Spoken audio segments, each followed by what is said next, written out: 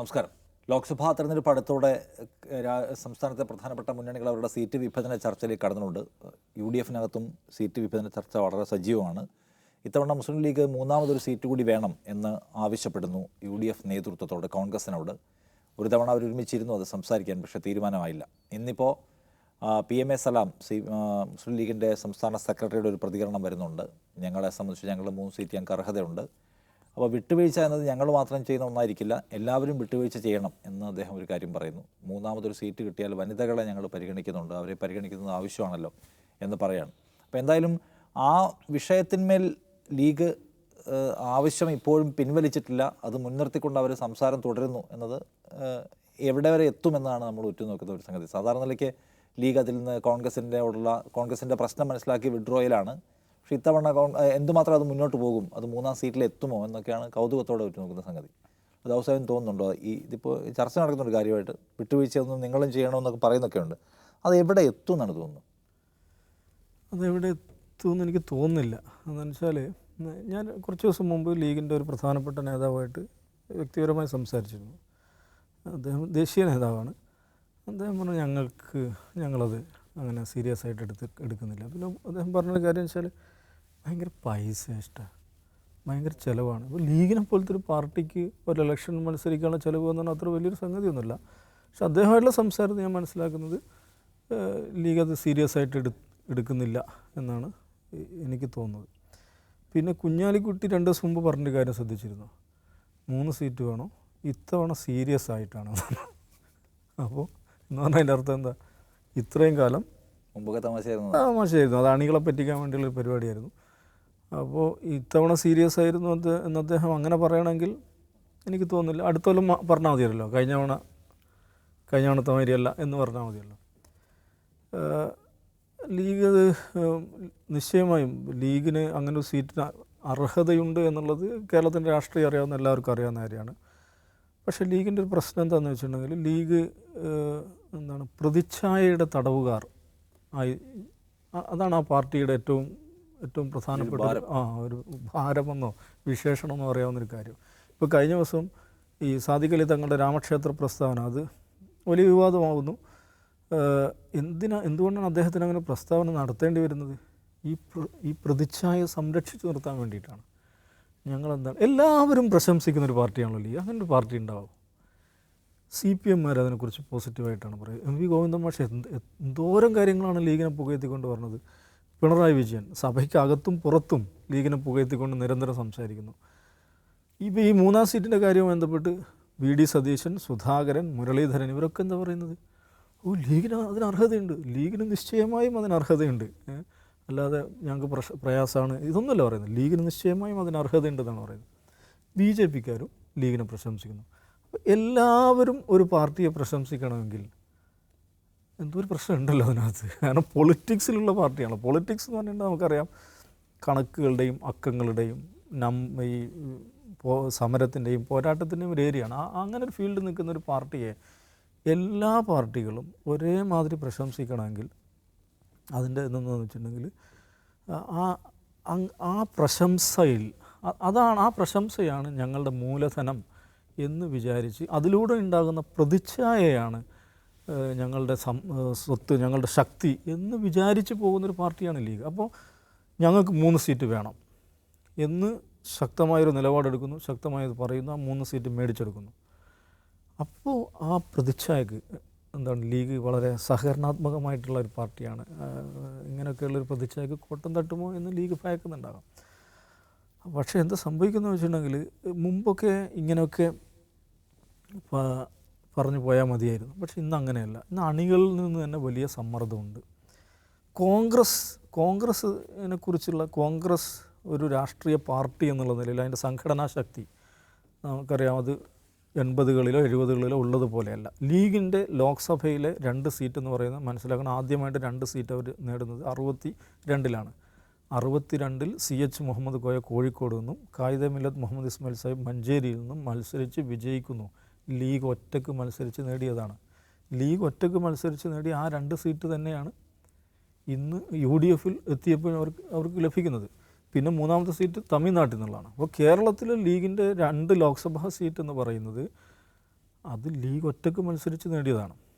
UDFിൽ വന്നിട്ട് എന്താണ് മെച്ചമുണ്ടായതെന്ന ചോദ്യമുണ്ട്. ഇനി കോൺഗ്രസ് സംഘടനാപരമായി ദുർബലപ്പെടുന്നത് മാത്രമല്ല ആശയപരമായും അത് ദുർബലപ്പെട്ടുകൊണ്ടേയിരിക്കുകയാണ്. എന്താണ് ഈ ഹിന്ദുത്വ പാർട്ടിയായിട്ടുള്ള BJPയുടെ ഈ വളർച്ചയിൽ, അല്ലെങ്കിൽ BJP മുന്നോട്ട് വെക്കുന്ന രാഷ്ട്രീയത്തിനെതിരെ എന്താണ് കോൺഗ്രസിൻ്റെ ബദൽ രാഷ്ട്രീയം എന്നതിനെക്കുറിച്ച് കോൺഗ്രസ്സുകാർക്ക് പോലും നിശ്ചയമില്ല.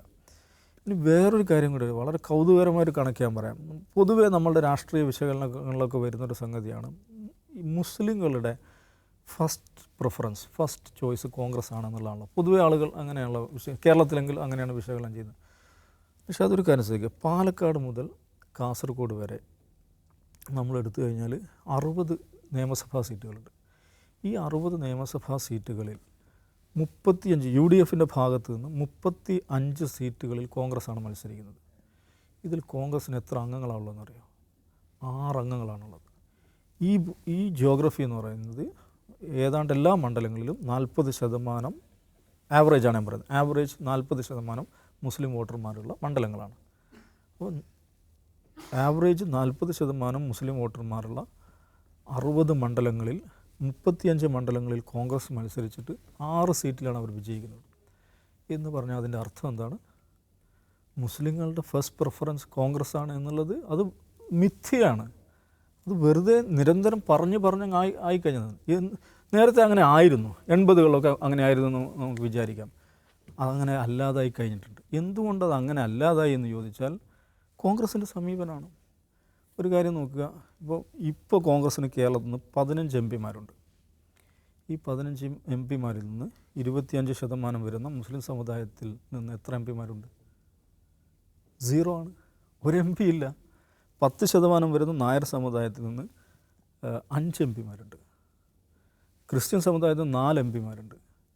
പക്ഷേ മുസ്ലിം സമുദായത്തിൽ നിന്ന് ഒരു MP പോലും ലോക്സഭയിൽ, രാജ്യസഭയിൽ ഒരു പിന്നീട് ജബി മേത്ര പറഞ്ഞേക്കുന്നുണ്ട്, ലോക്സഭയിൽ ഒരു MP പോലും ഇല്ല.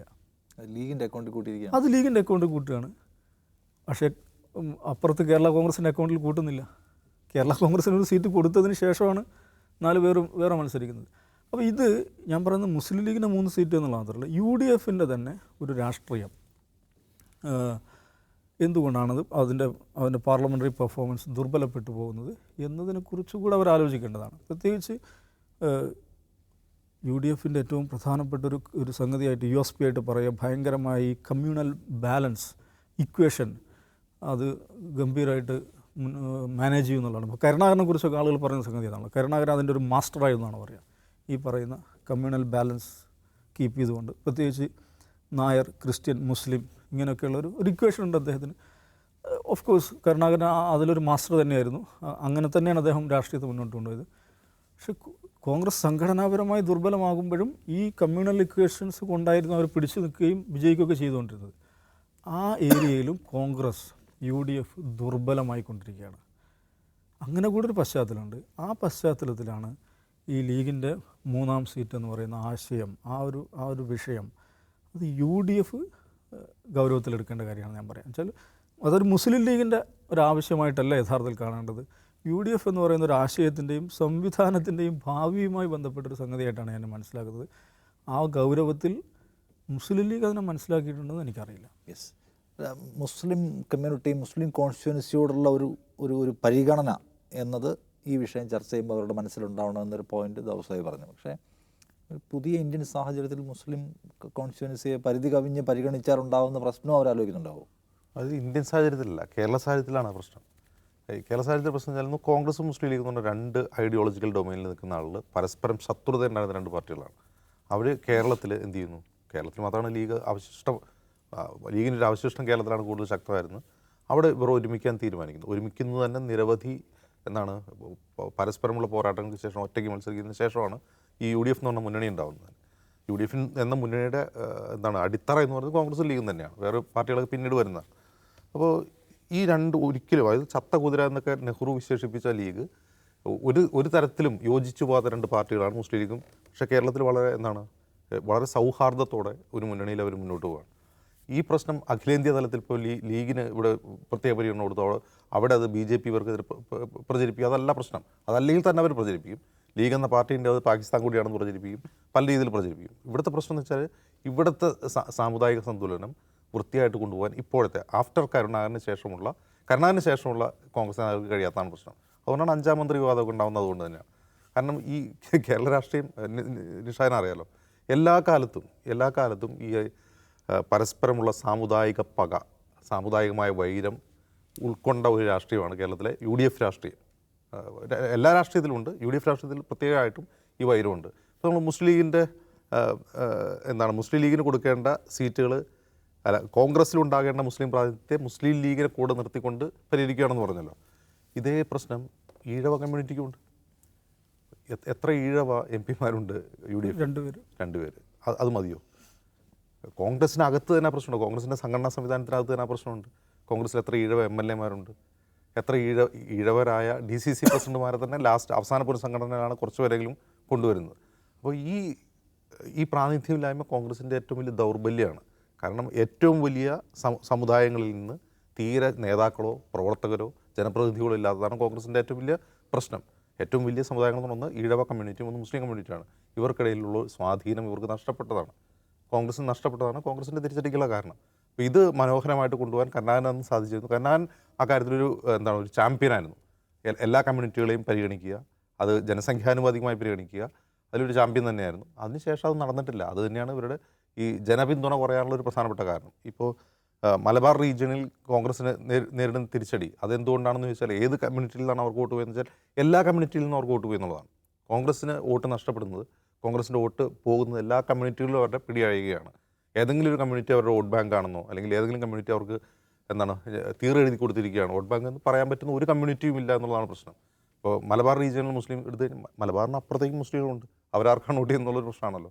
അപ്പോൾ ഇത് കോൺഗ്രസ് സീരിയസ് ആയിട്ട് പരിഗണിക്കേണ്ട ഒരു വിഷയമാണ്. അവിടെ ഞഞ്ഞാപിഞ്ഞ വർത്താനം കൊണ്ട് കാര്യമില്ല. അതാണ് ഒരു കാര്യം. അവർക്ക് പറഞ്ഞാൽ അവർക്ക് എന്ത് തോന്നും, ഇവർക്ക് പറഞ്ഞാൽ എന്ത് തോന്നും, അങ്ങനെയല്ല അത് നേരിടേണ്ടത്. അത് കൃത്യമായ പ്രിൻസിപ്പിൾ ഉണ്ടാവണം. അങ്ങനെ പ്രിൻസിപ്പിൾ കോൺഗ്രസ്സിനില്ല, അങ്ങനെ പ്രിൻസിപ്പിളുള്ള നേതാക്കളുമില്ല. അതൊരു കാര്യമാണ്. അങ്ങനെ ഒരു ഉറച്ച തത്വങ്ങളുള്ള, ഉറച്ച ഐഡിയോളജിയുള്ള നേതാക്കളും ഇല്ല എന്നുള്ള അവരുടെ പ്രശ്നമാണ്. അത് കേവലം ഈ നമ്പറിൻ്റെ മാത്രം പ്രശ്നമല്ല, അതിന് ഉപരിയായിട്ടുള്ളൊരു വിശാലമായ രാഷ്ട്രീയത്തിൽ തന്നെ അവർക്ക് ആ പ്രശ്നങ്ങളുണ്ട്. അത് അവർ പരിഹരിച്ചാൽ മാത്രമേ ജനപിന്തുണ കൂടുള്ളൂ.